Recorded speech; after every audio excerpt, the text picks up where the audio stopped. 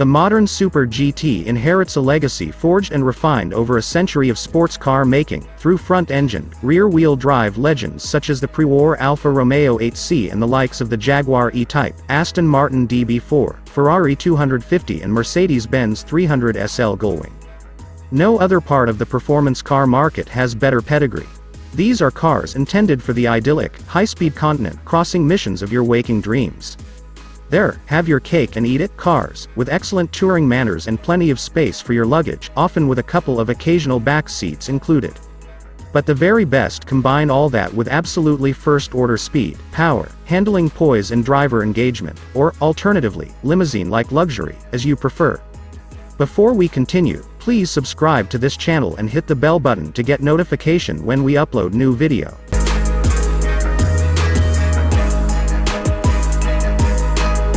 Number 10, McLaren GT. McLaren's new GT really seems to have put the Super back into the Super GT class. On the face value, the GT seems to have more in common with a supercar than an elegant Grand Tourer, what with its carbon tub and mid-engine, strictly two-seater layout. But with the lines between vehicle classes becoming increasingly blurred across the entire industry, it doesn't seem totally surprising that we now have a McLaren that can supposedly mix it with the likes of Bentleys and Aston Martins. Of course, McLaren pulled a similar trick with the excellent 570 GT. But where that car was an adaptation of an existing model, the GT is its own standalone model. So you get even greater storage space, a more lavishly finished cabin, and a slightly softer suspension tune. Its 4.0-liter engine is also down on power compared to that of the 720S, but 612 bhp and 465 pound-feet ensures the GT is still startlingly quick in a straight line. It's a peach on challenging roads, incisive and agile with feelsome, precise steering. In fact, if driving pleasure is at the very top of your list of requirements, this could be the GT car for you. As comfy as it is by McLaren standards, and these standards are very high indeed, next to the Aston Martins and Bentleys that sit at the top of this class, the McLaren doesn't quite compete for genuine long-legged touring ability.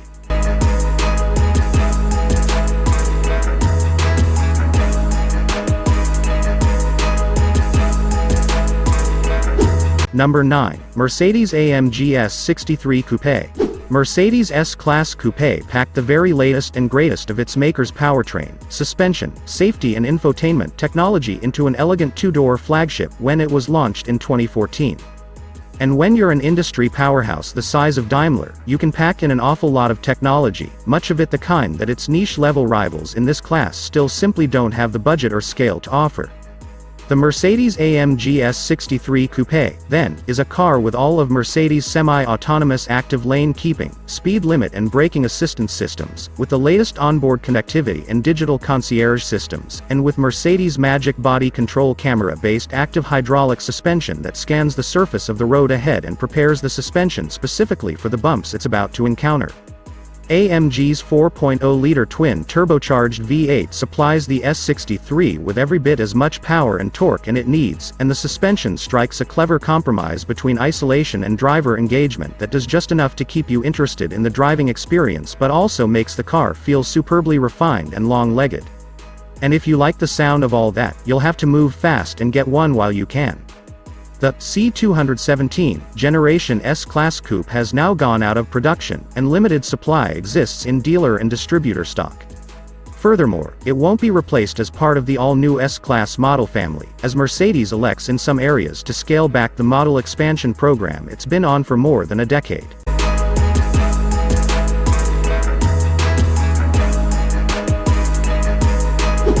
Number 8, Mercedes AMG GT 4-door.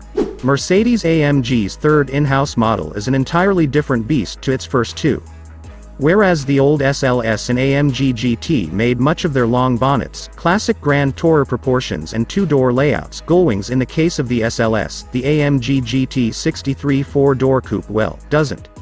As its convoluted name suggests, this latest AMG has more in common Mercs go faster saloons than the two-seaters that came before it. But don't let its inflated proportions or 2.1-ton curb weight fool you into thinking AMG has gone soft. An arsenal of drivetrain and chassis tech that includes everything from four-wheel steering, torque vectoring and an actively locking rear differential, to a range of drive modes and selectable traction and stability control programs endow the GT four-door with near physics-defying on-road agility, balance and incisiveness. Get it on a track and it'll happily powerslide all day long. That this athleticism doesn't come at the expense of ride refinement is what really makes the GT four-door stand out. Sure, cabin quality could be better in places, as could isolation, but none of these complaints are significant enough to detract from what is a seriously impressive Super GT.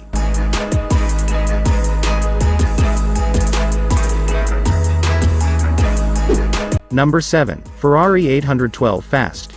An updated version of the front-engine V12 introduced as the F12 in 2012, the 812 Superfast builds on everything that was good about its predecessor, and also incorporates a lot of what made the special edition F12 TDF such an incredible driver's car. Which isn't a bad start in life for any modern performance car. With 789 bhp from an atmospheric 12-cylinder engine that could genuinely be the greatest of its kind ever to grace a road car, along with super alert handling that nothing in the Super GT class can really even approach, the 812 Superfast stands head and shoulders above its closest competitors for sheer excitement value. The rapier-like handling agility of the F12 TDF, caused principally by its aggressive four-wheel steering system, has been toned down, but without dampening the dynamic alertness and balance that has distinguished this generation of front-engine V12 Ferraris since its introduction. The new 812 GTS derivative is also now the first front-engine V12 Ferrari convertible since the 599-based Sa Aperta of 2010, and it's a version of the 812 we've yet to drive. Some would argue that a Super GT should be less highly strung, a more natural distance coverer that's capable of making the miles fly by the window in less wearing mode. We would agree, and that, combined particularly with the 812's inability to deal well with uneven surfaces, is what relegates the car to the bottom half of these rankings. The thing is, if you do like the incisive vigor, sheer pace and combustive drama with which the 812 Superfast conducts itself, you might well find that nothing else in the class will do.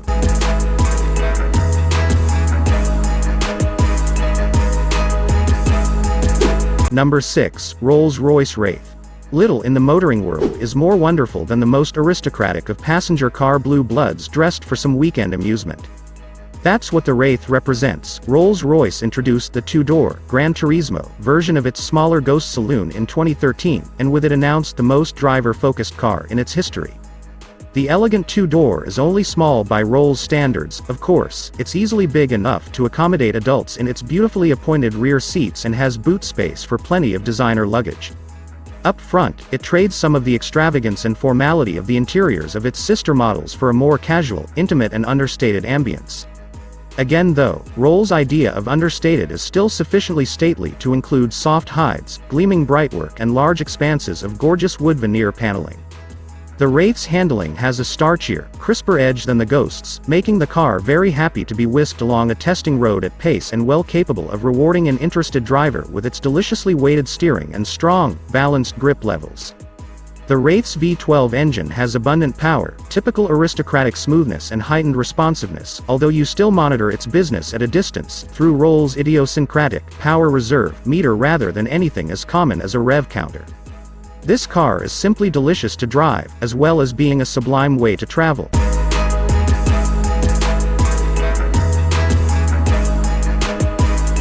Number 5. Polestar 1. The electric revolution that is slowly taking root in other parts of the car market will likely take its time to really blossom in this one. Batteries and electric motors may currently seem like the last things you might choose in a car bought with continent crossing in mind, and it may very well remain that way for some time. However, plug-in hybrids have a ready reply to the insoluble problem of range, and with the Polestar 1, an emergent and innovative car maker from the Volvo Car Group's stable has rather ably demonstrated how appealing a fast GT with a charging socket can be. Polestar's debut model draws power from two electric motors which operate through separate transmissions and are therefore capable of providing genuinely asymmetrical torque vectoring at its rear axle, but also from a 300 horsepower, four-cylinder petrol engine cradled between its front wheels.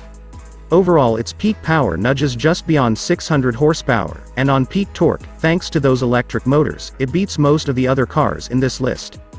being so transformatively electrified. However, it's a car with big, instant acceleration from low speeds, and perhaps not the Autobahn clout of some of its direct rivals. The one will be a rare sight in the UK, coming in left-hand drive only and with limited boot space on account of its mechanical layout. It won't be the easiest Super GT to use, but it will certainly reward buyers with its alternative style, its enveloping interior, and with a multifaceted driving experience that can make it change its motive character like a virtuoso impressionist comedian. 70-mile EV, easy-going everyday use GT car, or driver's car of the future, the choice is yours.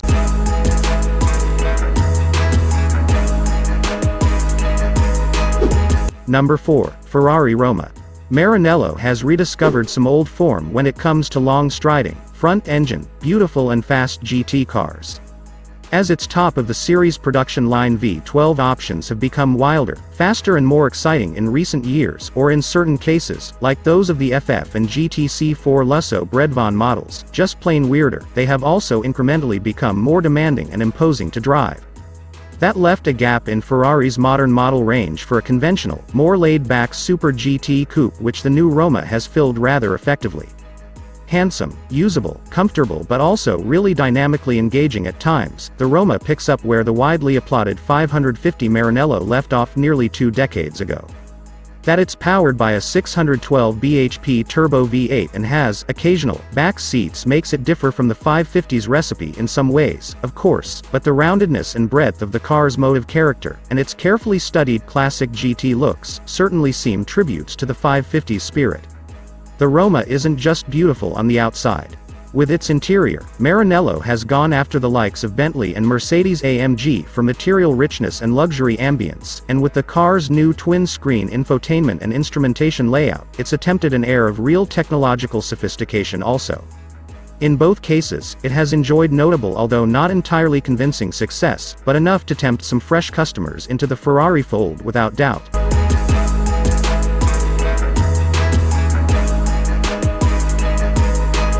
Number 3. Bentley Continental GT. The sporting realignment of the Bentley Continental GT got off to a fine start with the 12-cylinder, third-generation Launch Edition coupe, and has moved onwards and upwards apace since with Cruise even sportier V8 version. The GT is a car that retains all of the tactile material lavishness, top-level luxury and first-order touring refinement we've come to expect from its maker, but that probably halves the gap that existed between its predecessor and the best-handling cars in the Super GT niche on driver appeal. The towering real-world performance and all-surface stability of both versions will both be big draws to customers who use their cars on a daily basis, but they come partnered with much better body control and cornering poise than existing GT owners will be used to. But for one or two details, and especially since the arrival of the fine-handling V8 version which sits below the W12 in the Conti GT hierarchy, it's hard to imagine how Crew could better have delivered on this car's particular dynamic brief, which now caters to a wider range of customer preferences than any of its predecessors have. Granted, there are a couple of rival Super Grand Tourers which nail that all-important compromise of handling agility and involvement and touring comfort ever so slightly better. But considering the weight of opulent luxury it has to bear, the Continental GT has just come a remarkably long way as a driver's car. We'll be watching how much further it may come yet with interest.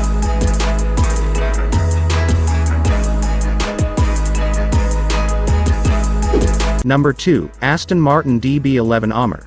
That Aston Martin has laid claim to the top 2 spots on this list is a testament to the recent success of Messrs Palmer, now former CEO, and co. in turning the fabled British car maker from a much-loved, if old-fashioned, brand into a genuine force to be reckoned with, at least from the perspective from the driver's seat.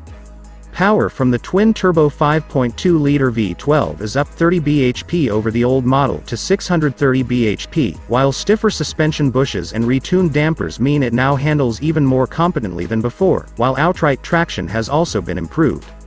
And while its ride is understandably firm, there's enough composure on offer to ensure it remains a comfortable, effortless GT.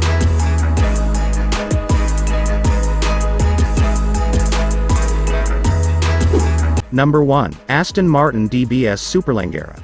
If there's one mark you'd expect to get the execution of a luxurious, powerful and beautiful Super GT bang on the money, it's Aston Martin. And with the latest DBS Superleggera, that's exactly what the iconic British brand has done. This new flagship model, at least until the Valkyrie hypercar arrives, was one of a small handful of cars to be awarded the full 5-star rating by our road test team in 2018. It's an impressively well-rounded car. This one, the 715 bhp and 664 pound-feet developed by its 5.2-liter twin-turbocharged V12 allows the DBS to cover ground with alarming and gathering urgency, and yet even with all that performance punch the big Aston never feels intimidating, nervous or highly strung, something that can't be said of the Ferrari 812 Superfast. Superb handling and a ride that's taut but still usefully supple adds to its outstanding Grand Touring credentials. There are a few minor flies in its ointment though. It's not exactly lightweight, despite what the Superleggera name might lead you to believe, and the 8-speed gearbox can be a bit aggressive at low speeds. The cabin is also a mite too similar to that of the considerably cheaper DB11 to effortlessly distinguish this £250,000 sporting flagship. The cabin is also a mite too similar to that of the considerably cheaper DB11 to effortlessly distinguish this £250,000 sporting flagship.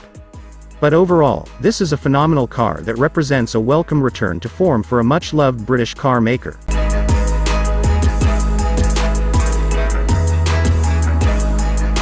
That was the top 10 best Super GTs in 2020 according to us. In your opinion, which GT car is the best? Or do you have other recommendations? Tell us and other visitors in the comments column. We do not work with any of the brands featured in this video. All content in this video is purely the result of experiences, surveys and comparisons from various sources on the internet. Each specification may vary by country. In addition, the video that we show also does not guarantee that the specifications, color and shape are 100% the same. If you like this video, please press the like button on this video and subscribe to this channel. Also share this video with your friends or family.